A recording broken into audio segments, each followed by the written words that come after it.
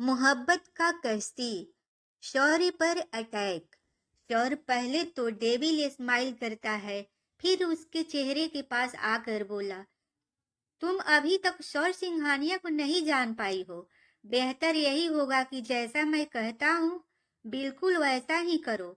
और खबरदार, जो भागने की कोशिश की तो मुझसे बुरा कोई नहीं होगा, अंडरस्टैंड। यह कहकर वह वॉशरूम की तरफ चला गया। उसके जाने के बाद समीरा वहीं बेड पर जा बैठी। उसकी आंखों में आंसू आ गए। उसे अब सौर के नाम से ही डर लग रहा था। अब आगे बेड पर बैठे बैठे ही उसे नींद आ गई और वह ऐसे ही सो गई। शौर्य जब चेंज करके बाहर आया तो उसने समीरा को बैठे बैठे ही सोता पाया। वह उसे आहिस्ते से अपनी गोद में उठाकर बेड पर आराम से लेटा देता है और उसे ब्लैंकेट से अच्छी तरह से कवर कर देता है। फिर उसके सिर के पास बैठकर उसके मासूम से चेहरे को देखते हुए उसके माथे को चूम लेता है।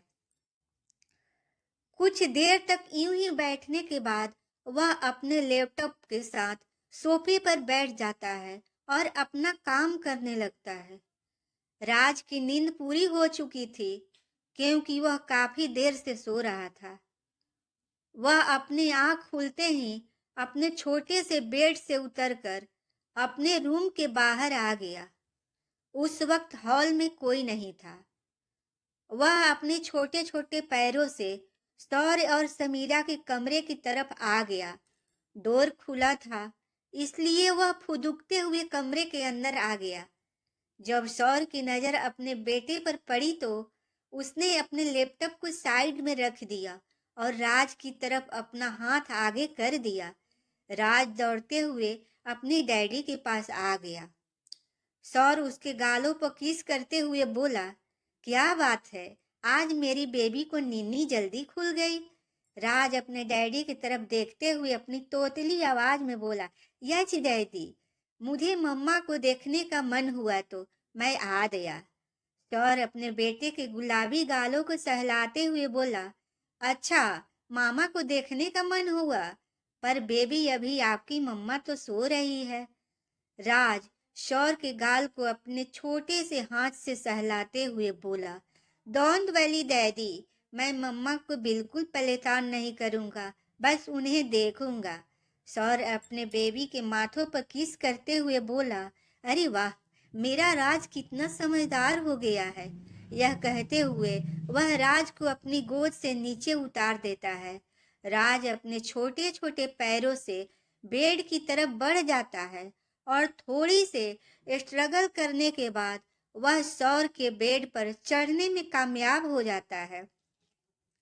सौर की नजर तो अपने बेटे पर ही थी। राज आहिस्ते से बेड पर चढ़कर समीरा के बगल में बैठ जाता है। फिर सोती हुई समीरा को निहारते हुए उसके माथे पर किस कर देता है। जब समीरा को अपने माथे पर छोटे छोटे होठों के छूने का एहसास होता है तो वह अपनी आंखें खोल लेती है।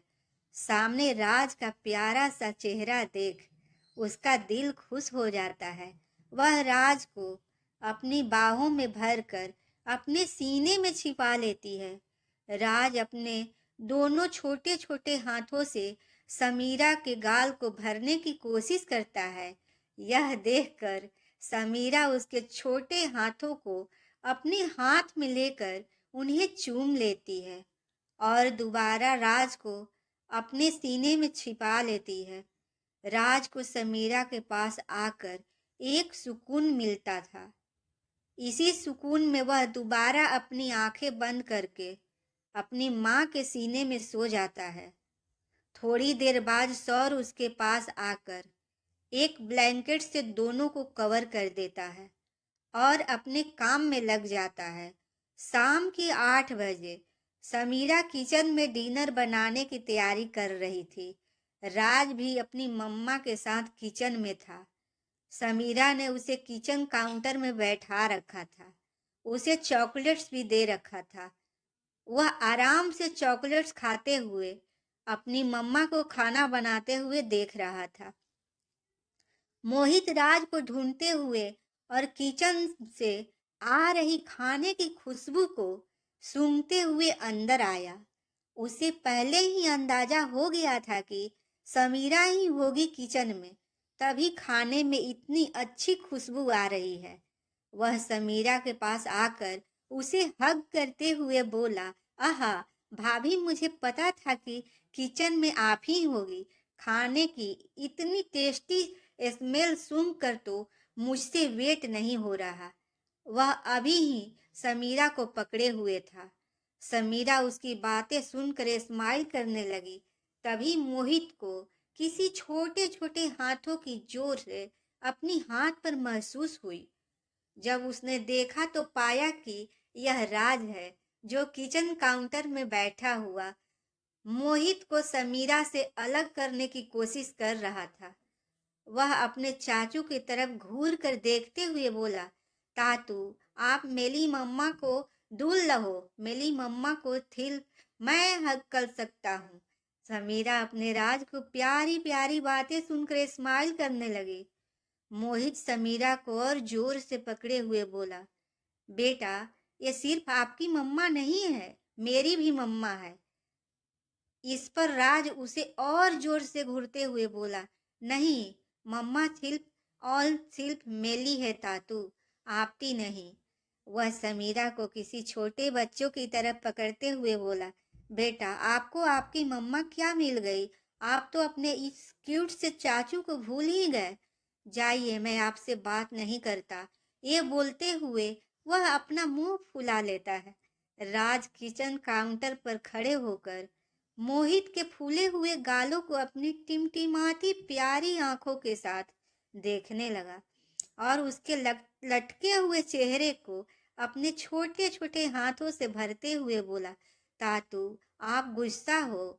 मोहित ऐसे ही मुंह फुलाकर बोला, हाँ, आपके चाचू आपसे गुस्सा है। मोहित अभी भी समीरा को पकड़े हुए। समीरा ऐसे ही गैस पर रखे जार में स्पून चला रही थी। राज अपने दोनों हाथों से अपने कान पकड़ते हुए बोला, प्लीज तातू, आप लाज से नाराज मत हो। राज, तो आपके बिना खेलना अच्छा नहीं लगता। उनके इस क्यूट से हरकत को दो आंखें किचन के दरवाजे से देख रही थी और अपने चेहरे में एक मुस्कान लेकर वे उन्हें निहार रहे थे।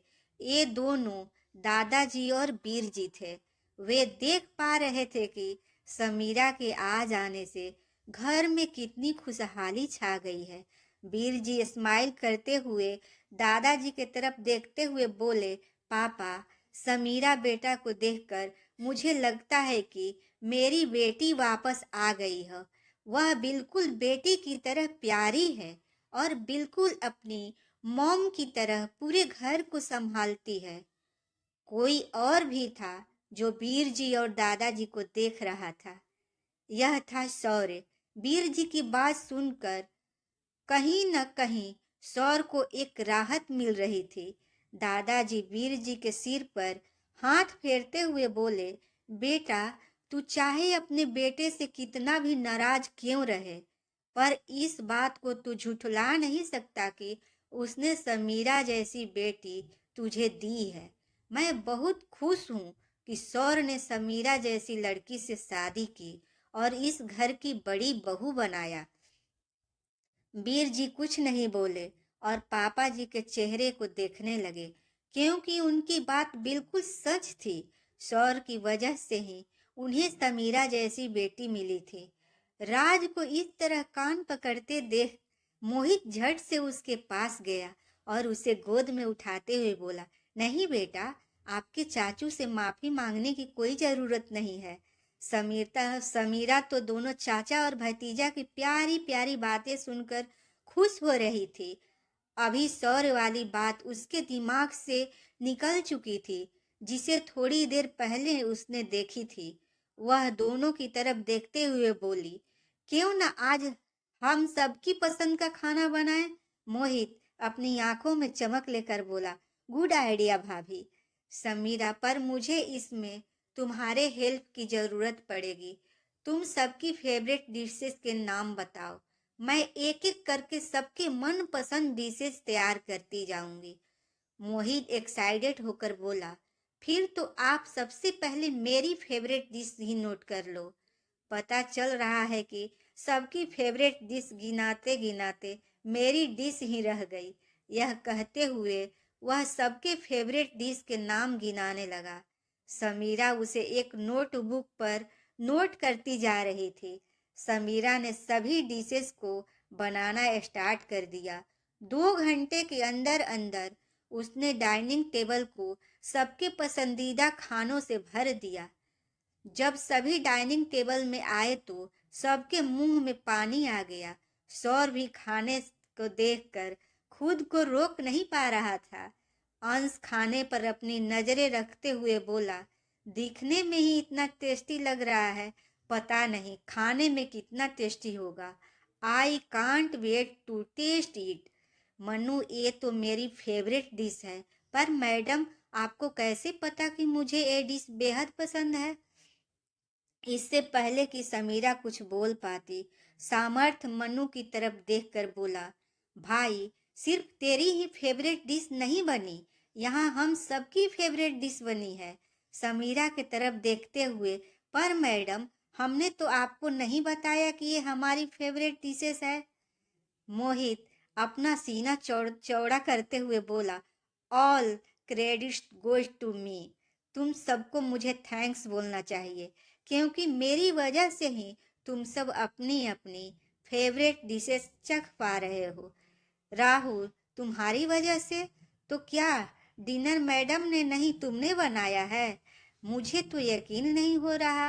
मोहित, डिनर भाभी ने बनाया है, पर तुम सबके फेवरेट डिशेस का नाम मैंने ही बताया है ना। दादा बेटा, आपकी बातें बाद में कर लेना, पहले अपनी भाभी के हाथों का खाना चख लो। सभी डाइनिंग टेबल पर बैठ गए। समीरा सबके लिए डिनर सर्व करने लगी। सामर्थ ने उसे रोकते हुए कहा, मैडम आप रहने दीजिए, हम सर्व कर लेंगे। समीरा ने हाँ में सिर हिलाया और दादाजी और बीर जी को डिनर सर्व करने लगी। उसके बाद उसने राज को डिनर सर्व किया। सौर उसकी तरफ घूर कर देखने लगा, जिसे नोटिस करके समीरा ने उसकी प्लेट में भी डिनर सर्व कर दिया। फिर खुद भी खाने लगी। हमेशा की तरह आज भी समीरा ने बहुत ही टेस्टी खाना बनाया था। सब उंगलियां चाटते रह गए। खाने के बाद सबने समीरा के खाने की तारीफ की और अपने अपने कमरे में सोने के लिए चले गए। दिन इसी तरह बीतने लगे। इस बीच समीरा का डर के मारे सौर से बात नहीं करती थी। वह सौर के आने से पहले ही सोने की कोशिश करती थी या घर में किसी और कामों में बिजी हो जाती। कभी कभी तो वह राज के रूम में ही सो जाया करती थी। एक दिन सौर ऑफिस के लिए जल्दी निकल गया था। उसे कुछ इम्पोर्टेंट काम था। राज और मोहित दोनों घर पर ही थे। मोहित राज के साथ नीचे हॉल में खेल रहा था। समीरा भी अपने फोन पर कुछ देखने में बिजी थी। तभी सामर्थ्य सौर को अपने कंधों पर सहारा देकर सिंघानिया मैंसन में लेकर आ रहा होता है। मोहित, राज, समीरा और दादाजी यह देखकर तुरंत खड़े हो गए, क्योंकि सौर की वाइट शर्ट खून से लाल हो चुकी थी। यह देखकर समीरा तो डर के मारे कांप ही उठी। राज तो अपने डैडी की ऐसी हालत देखकर रोने लगा। मोहित किसी तरह से उसे शांत कराने लगा। सामर्थ ने सौर को संभाल कर सोफे पर बैठा दिया। दादाजी दोनों की तरफ देखते हुए बोले, सामर्थ ये सब कैसे हुआ? सामर्थ पूरी बात दादाजी को बताई, जिसे सुनकर दादाजी का गुस्सा 7वें आसमान में पहुंच गया। आगे की कहानी जानने के लिए पढ़ते रहें मोहब्बत का कश्ती और बने रहिए कहानी पर।